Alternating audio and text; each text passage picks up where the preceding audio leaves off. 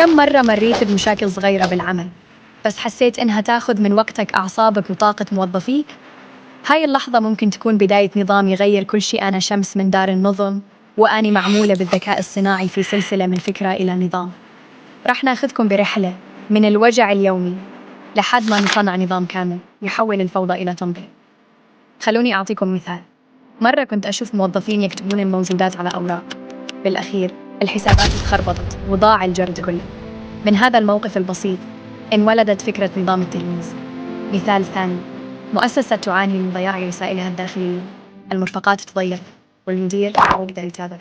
من هذا الوجع انولد نظام التلميذ. الفكرة الحقيقية ما تجي من خيال بعيد، الفكرة تجي من مشكلة يومية متكررة بنحلها، صح، تتحول من صداع مزمن إلى نقلة نوعية. وهنا يجي دور السيادة الإلكترونية، لأن كل ما نحول مشكلة عشوائية إلى نظام مضبوط نثبت سيادة المؤسسة على بياناتها ووقتها.